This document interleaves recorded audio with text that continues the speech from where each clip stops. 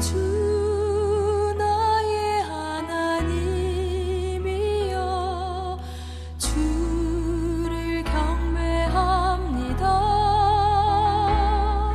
주 사랑하는 나의 마음을 주께서 아시나이다. 할렐루야. 사랑하는 성도 여러분, 지난 한 주간도 어려운 환경 속에서 잘 지내고 계셨습니까? 코로나가 재확산해서 2.5단계로 격상을 하고, 그래서 어쩔 수 없이 비대면 예배를 드리게 되었습니다. 온라인 유튜브 영상을 통해서 여러분이 설교의 메시지만 듣지만 제가 나눠드리는 그 예배 순서지를 통해서 가정에서 자녀들과 함께 시간을 내셔서 그 순서에 따라서 가정 예배, 가정 주일 예배를 드리시면서 이 영상을 보시기 바랍니다. 그래서 여러분뿐만 아니라 자녀들에게도 하나님 앞에 주일을 성수하는 것이 얼마나 중요한지, 우리의 가정이 하나님을 섬기는 아름다운 가정이요 가문이라는 것을 잘 가르치는 그런 좋은 기회가 되었으면 좋겠습니다. 그리고 무엇보다도 나누는 말씀을 통해서 여러분이 힘과 지혜를 얻고 한 주간도 세상에서 주는 방법이 아니라 하나님께서 가르쳐 주시는 말씀에 담겨있는 의의 방법으로 살아가셔서 반드시 승리하는 하나님의 나라를 확장해 나가는 복된 여러분의 삶이 되시길 바랍니다. 오늘은 대림절 셋째 주일입니다. 다음 주는 성탄주일이고 그 주간에 성탄절이 있겠습니다. 이번 성탄절 예배 오전 11시에 드렸었는데 이번 예배도 다 온라인으로 해야 될 것 같습니다. 연말연시 성탄절이 좀 우리가 코로나 때문에 여러 가지 분위기도 우리가 살리지 못하고 여러 가지 어려운 면이 있겠지만 여러분의 마음만은 대림절과 성탄절을 통해서 그 하나님이 주신 은혜를 기억하고 하나님께서 주신 그 은혜 때문에 기뻐하고 또 하나님 앞에 영광 돌리며 의미 있게 대림절과 성탄절과 연말연시를 보내는 그런 성도들이 되시길 바랍니다. 그래서 오늘 세 번째 그 주일을 맞이하면서 계속 우리가 이 대림절의 의미, 특히 이 대림절이란 말이 주는 의미가 기다림이라고 했습니다. 기다림의 의미가 뭔지를 우리가 생각해 보고 있습니다. 제가 대림절 하면 세 가지를 기다리는 절기다 그렇게 말씀을 드렸습니다. 첫 번째로는 2000년 전에 이 땅에 오실 주님, 하나님께서 메시아를 보내신다고 약속하셨는데 당시에 이스라엘 백성들은 그 주님이 하나님께서 보내실 메시아를 학수고대하고 있었습니다. 그 기다림을 생각하고 그 기다림 속에 하나님이 주신 아기 예수의 탄생의 의미를 생각해 보면서 하나님이 주신 은혜가 얼마나 큰 은혜였는지, 오늘도 똑같은 영적인 환경 속에 살아가고 있는 우리가 이스라엘 백성들이 기대하고 기도하면서 기다렸듯이 우리가 어떤 자세로 기대하고 또 기도하며 기다려야 하는지를 우리가 생각해 보자고 했습니다. 그리고 두 번째로는 마지막 날 심판의 주님으로 오실 주님, 재림의 주님을 기다리는 마음입니다. 주님께서 오셔서 선악간을 심판하시고 하나님의 자녀들은 영원한 저 천국으로 인도해 주실 그날을 바라보면서 그때 다시 오실 주님, 재림의 주님을 마음속에 기다리면서 기도하는 그런 절기라고 말씀을 드렸습니다.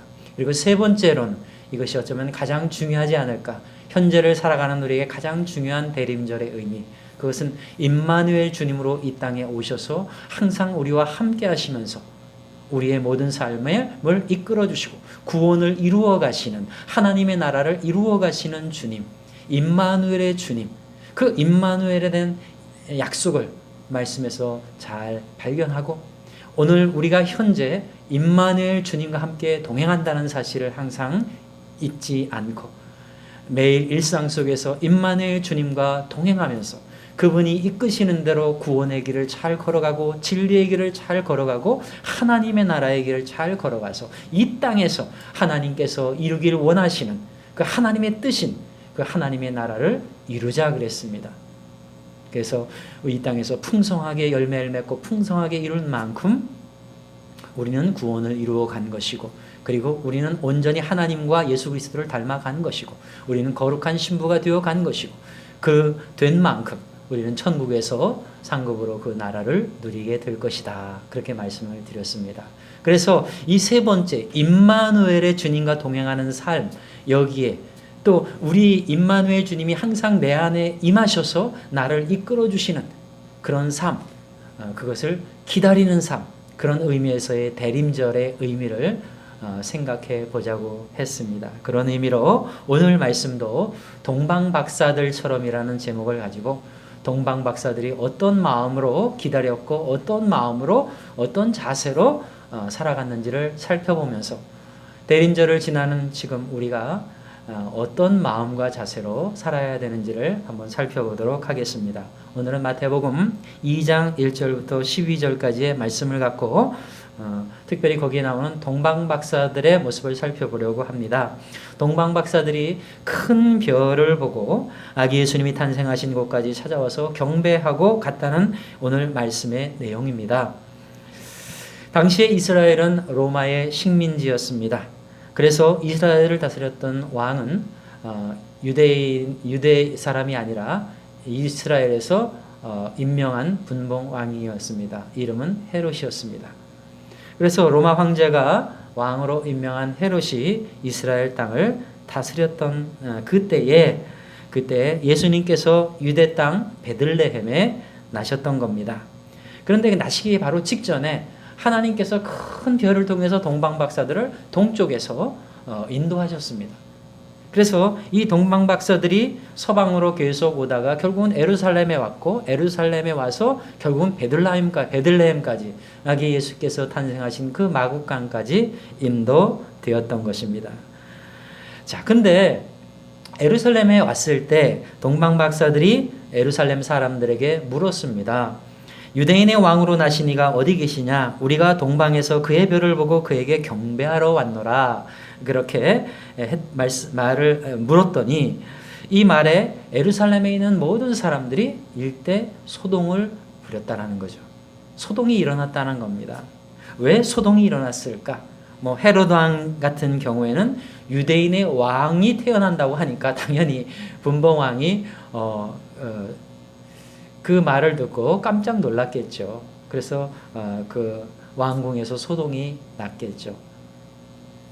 유대인의 왕이 났다라는 것은 일종의 반란이잖아요. 그렇기 때문에 헤롯 왕이 깜짝 놀란 것이고, 종교 지도자들은 하나님 앞에 살아가는 삶과 많이 멀어져 있었기 때문에, 그러니까 세속적인 삶을 살아가고 있었기 때문에 하나님의 말씀대로 순종하며 살아가는 삶, 하나님의 말씀에 귀를 기울이고 그 말씀을 따라가려고 하는 그런 삶과는 거리가 먼 세속적인 자기 욕심을 채우려고 하는 세속적인 삶에 충실하고 있었는데, 갑자기 신앙 얘기를 하고 메시아 얘기를 하고 하나님이 주신 그 약속에 대한 이야기를 하니까 깜짝 놀란 겁니다. 소동이 일어난 거죠. 준비가 되어 있지 않은 거예요. 세상에 빠져 있기 때문에 주님을 맞을 준비를 하지 못했기 때문에 당황한 겁니다.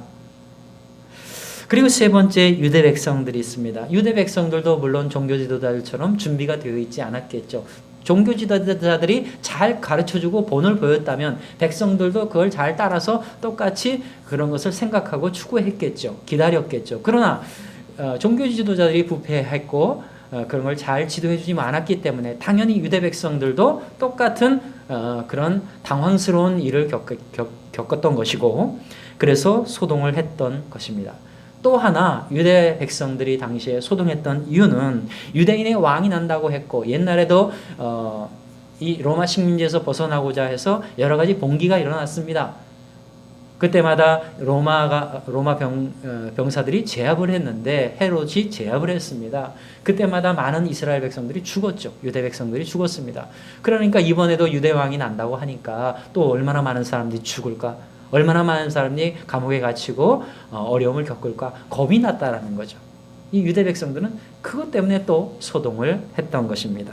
이렇게 예루살렘은 동방박사들의 방문을 통해서 우왕좌왕하면서 소동을 했다. 소동이 일어났다.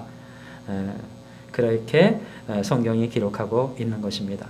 이것을 통해서 우리가 알 수 있는 것은 우리가 항상 주의 오시기를 잘 준비하지 않으면 내 마음이 준비되어지고 내 환경이 준비되어지고 이렇게 되지 않으면 우리도 똑같이 이런 당황스러운 그런 날을 맞이하게 된다는 겁니다.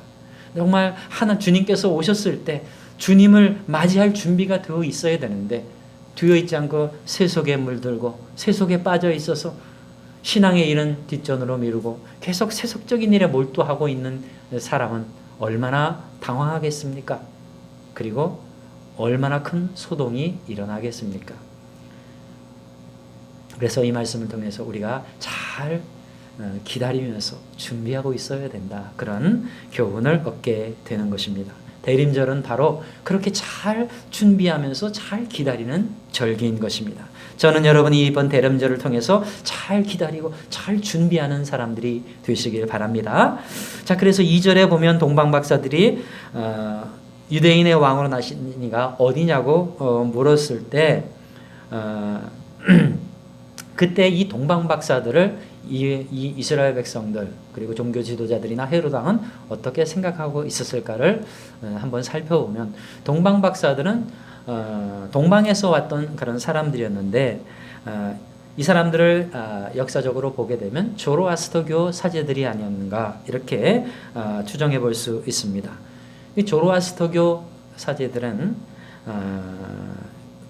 그 큰 별을 발견하기 전에 별을 연구하고 있었던 그런 사람들이었습니다. 그래서 별을 연구하고 천문학이죠. 별을 연구하고 하늘의 징조를 보면서 이 세상의 여러 가지 상태를 판단하려고 하는 그런 사람들이었다는 겁니다. 그래서 이 사람들이 별을 연구하다가 그 별에서 별 중에서 가장 큰 별을 발견을 하고 하늘의 징조를 깨달아 알게 된 겁니다. 그래서 그 사람들이 결국 큰 별을 따라 예루살렘으로 왔고 예루살렘에서 베들레헴에 가서 아기 예수를 만나고 메시아의 탄생을 확인했다라는 겁니다. 나중에 그 사람들은 개종을 하게 되었습니다. 그래서 그들이 섬기던 이 조로아스터교 신전짜리 지금 이게 이란 북부 지방에 있는 우름이라고 하는 도시에 있는데 거기에 교회를 세우게 되었다고 합니다. 그리고 그것이 나중에 마리아가 감사해서 그 교회에 방문하고 거기서 답방을 했는데 그것을 기념해서 이 교회를 마리아 교회라고 부르게 되었답니다. 이거는 뭐 전해 내려오는 소리가 아니라 실제로 마리아 교회가 있죠. 그 마리아 교회가 그렇게 세워졌다라고 하고 있는 것입니다. 그 후에 동방박사들은 죽었고 죽은 후에 그 교회 뒤편 건물 지하에 묻히게 되었다고 합니다. 이렇게 동방박사들은 처음에는 조로아스터교 사제였는데 이 천문을 연구하다가 큰 별을 발견했고 큰 별의 의미를 따져보다 보니까 그 당시에 있는 그 페르시아 지방에는 하나님의 말씀이 구약 성경이 잘 알려져 있었죠. 그렇기 때문에 구약 성서도 들여다보고 하면서 구약 성서에서 예언되고 약속된 그 큰 별, 다시 말하면 하나님께서 보내주시마한 메시아였다라는 그 저기를 메시아에 대한 징조였다라는 것을 알게 되었고, 그래서 메시아가 태어날 것이다. 하나님께서 보내주실 메시아가 태어날 것이다. 저 큰 별이 바로 징조다. 그러면서 그 별을 따라왔다라는 겁니다. 그래서 나중에 와 보니까 실제로 아기 예수의 탄생 속에서 탄생을 보면서 확실하게 이 땅에 하나님이 보내주신 메시아임을 확신했다라는 거죠. 그래서 가서는 조로아스터교를 버리고 개종을 했습니다. 그래서 하나님과 예수 그리스도를 믿는 사람이 되었고 나중에는 교회를 세웠고 그 교회에 묻혔다라는 거죠. 자, 그런 이야기가 전해 내려오고 있습니다. 자, 그래서 우리는 이 동방 박사들의 그 동방에서 서방으로 이 아기 예수 메시아 되신 예수님을 찾으러 오는 이 일련의 과정을 보면서 이 사람들이 조로아스터교 사제였지만, 그러니까 하나님을 믿지 않는 이방인이었고 그리고 불신자였지만, 그러나 그들이 어떻게 예수 그리스도를 만나고 예수 그리스도를 믿게 되었을까?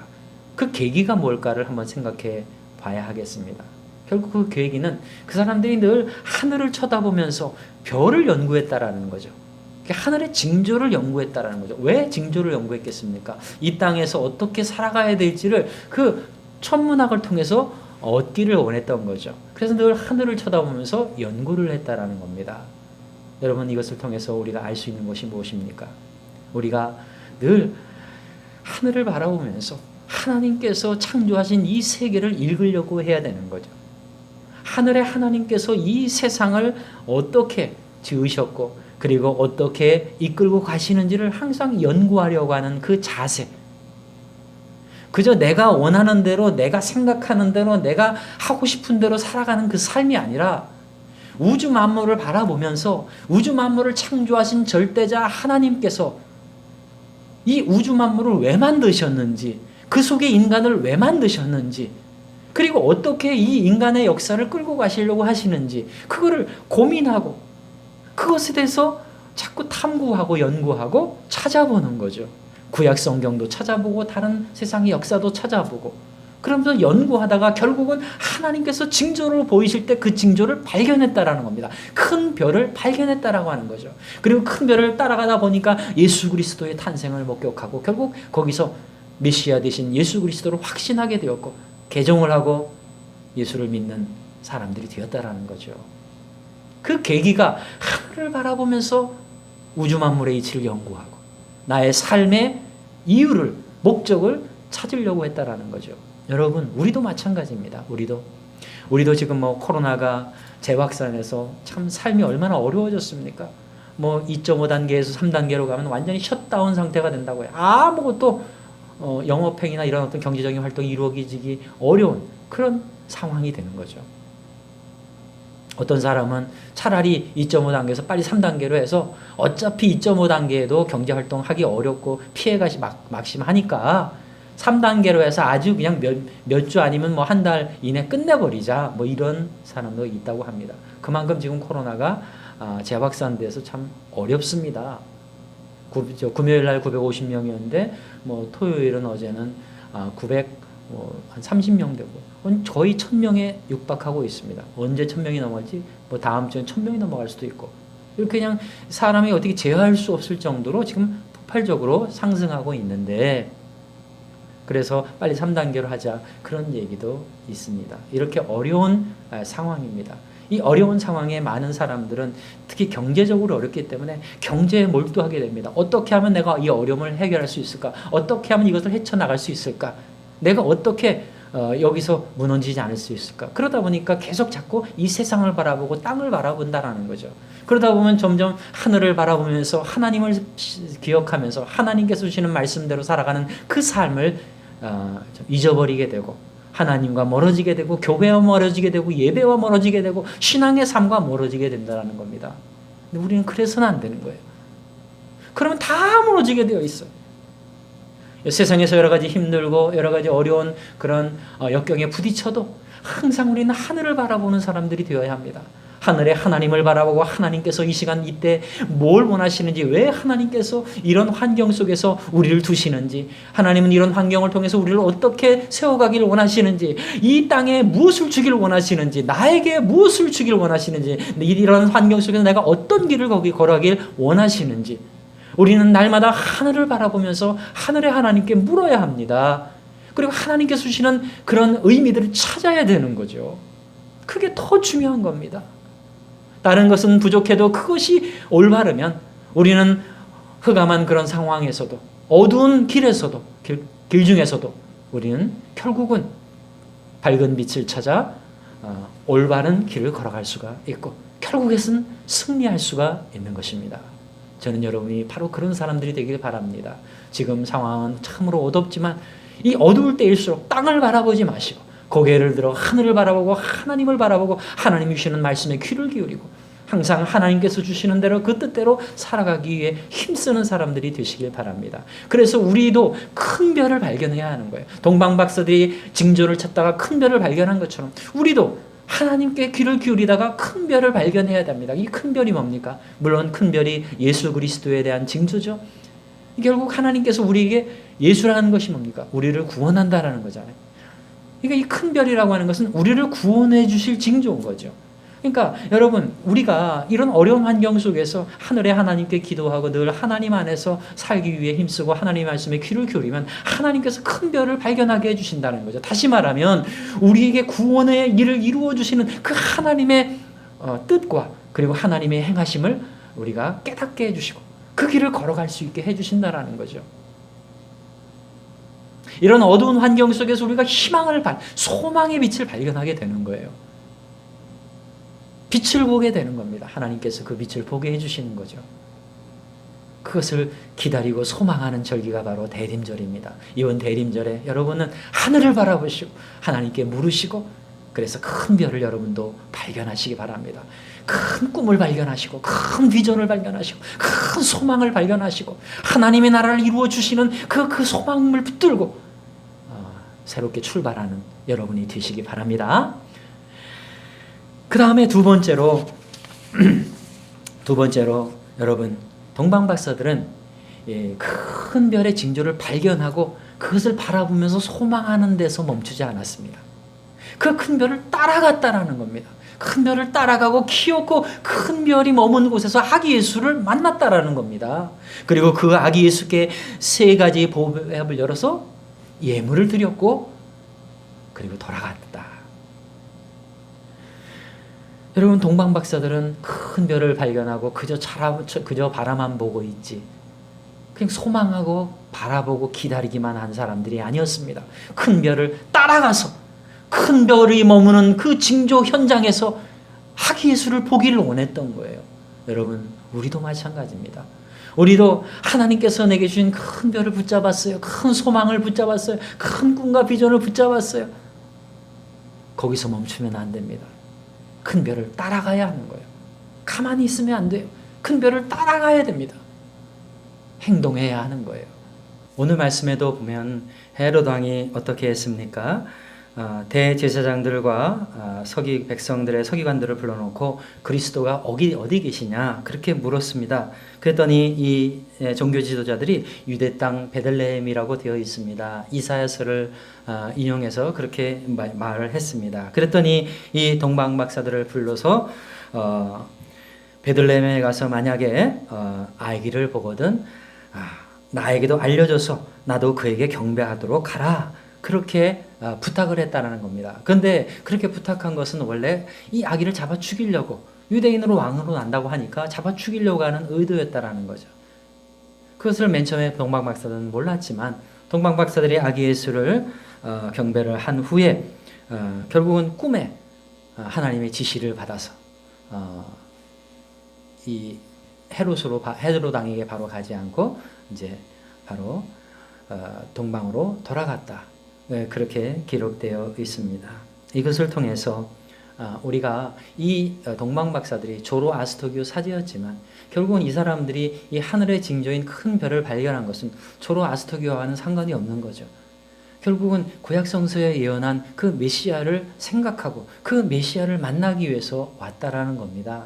오면서 오는 그 길에 이 사람이 전혀 그 구약성서와 관계가 없는 조로아스터교 신에게 기도하면서 신에게 물어보고 찾아왔겠습니까? 결국은 그들은 구약성서에 말하는 하나님과 그 하나님께서 약속하신 메시아를 소망하면서 온 거죠. 소망하면서 왔기 때문에 하늘의 하나님께 기도하면서 하나님께서 주시는 말씀을 따라 행하려 했던 거죠. 그때 하나님께서 결국은 지시를 했을 때 그들은 그 지시가 바로 하나님께서 지시한 것인지를 알고 그리고 그 말씀에 순종하고 그래서 결국은 헤롯을 피해서 동방으로 돌아간 겁니다. 그러니까 이런 기록을 통해서 우리가 동방박사들을 연구해 보면 동방박사들은 이미 돌아가서 아기 예수를 본 후에 그리고 돌아가서 믿은 것이 아니라 이미 그 전에 이 큰 별을 따라올 때부터 하늘의 하나님을 믿었다라는 겁니다. 조로아스터교를 믿었던 것이 아니라 하늘의 하나님, 구약성서에 예언된 하나님을 믿었고 그의 보내신 자 예수 그리스도를 믿었고 그래서 결국은 돌아가서도 신앙을 갖고 살았다라는 거죠. 이것을 통해서 우리는 동방박사들이 이렇게 늘 하나님의 말씀을 따라 순종하며 살아갔던, 그러니까 큰 별을 바라보기만 한 사람이 아니라 계속 따라갔던 사람, 하나님의 지시를 따라갔던 사람이라는 것을 알 수가 있는 것입니다. 최근에 배우 조승우 씨가 한 은행의 CF 광고에서 나와서 아주 의미 있는 말을 하는 것을 제가 보았습니다. 뭐라고 했냐면 정상에 오르고 싶다는 생각만으로 정상에 오르는 것이 아니야. 그러면서 하는 말이 올라야지. 그랬습니다. 올라야지.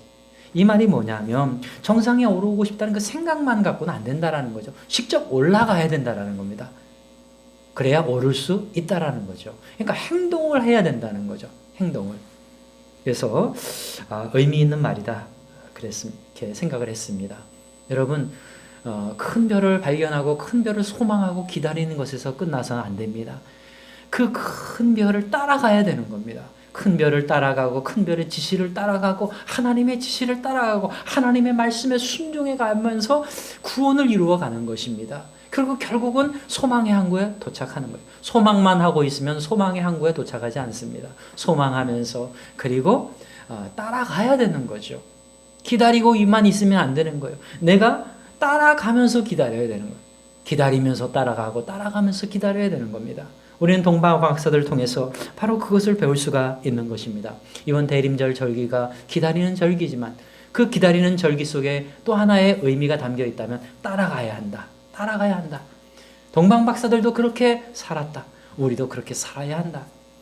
날마다 여러분 하나님 앞에 나아가 세상을 바라보지 말고 일단 하나님 앞에 나가 하나님께 물으시기 바랍니다. 그 하나님이 보여주시는 큰 별을 발견하시길 바랍니다. 큰 꿈과 큰 비전과 큰 소망을 발견하시기 바랍니다. 그 소망을 꼭 붙드시기 바랍니다. 그리고 그것을 기대하고 기다리시기 바랍니다. 기도하면서 기다리시기 바랍니다. 근데 거기서 끝나지 마십시오. 따라가셔야 합니다. 따라가셔야 합니다. 하나님이 주시는 말씀을 실천해야 합니다. 행동으로 옮겨야 합니다. 그러면서 기다릴 때, 그럴 때 하나님께서 주시는 역사가 보이게 될 겁니다. 하나님의 나라가 이루어질 것입니다. 구원의 역사가 일어날 것입니다. 하나님의 나라의 열매를 맺게 될 것입니다. 여러분 그것을 믿으시기 바랍니다. 그래서 이번 대림절 기간 경제적으로 어렵고 코로나로 여러 가지 어려운 이 상황 속에서 우리는 하나님께서 주시는 큰 별 소망을 발견하자. 소망을 붙들자. 그것이 나의 꿈과 비전이 되게 하자. 그리고 거기서 끝나는 것이 아니라 따라가자. 큰 별이 인도하는 대로 따라가자. 다시 말하면 주님이 나를 인도하시는 대로 따라가자. 주님의 말씀에 순종하자. 그럴 때 하나님께서 이루실 그 역사를 보게 될 것이다. 여러분 이 한 주도 그런 믿음으로 살아가시기 바랍니다. 그런 믿음으로 이 대림절 절기 속에서 기다리시기 바랍니다. 그래서 여러분 모두가 다 이 어려운 환경 속에서 승리하는 주님의 자녀들이 되길 바랍니다. 기도하겠습니다. 사랑의 하나님 아버지 감사합니다. 동방박사들처럼 큰 별을 발견할 수 있는 소망의 사람들이 되게 해 주옵소서. 그리고 큰 별을 따라갈 수 있는 믿음의 사람들이 되게 해 주시옵소서. 이런 소망과 이런 믿음이 우리 안에 충만하여 이 한 주도 승리하게 하시고 이 어려운 때에 하나님의 나라를 한 걸음 한 걸음 이루어가는 복된 하나님의 백성들이 되게 해 주옵소서. 예수님의 이름으로 기도하옵나이다. 아멘. 이번 한 주간도 여러분 힘을 내시기 바랍니다. 우리 주님이 함께 하십니다. 주님을 따라가시면 됩니다. 여러분 세상 어렵다고 땅만 바라보지 마시고 하늘을 바라보시고 하나님을 바라보시고 주님을 바라보시고 따라가시기 바랍니다. 그래서 꼭 승리하기를 간절히 축원합니다. 감사합니다.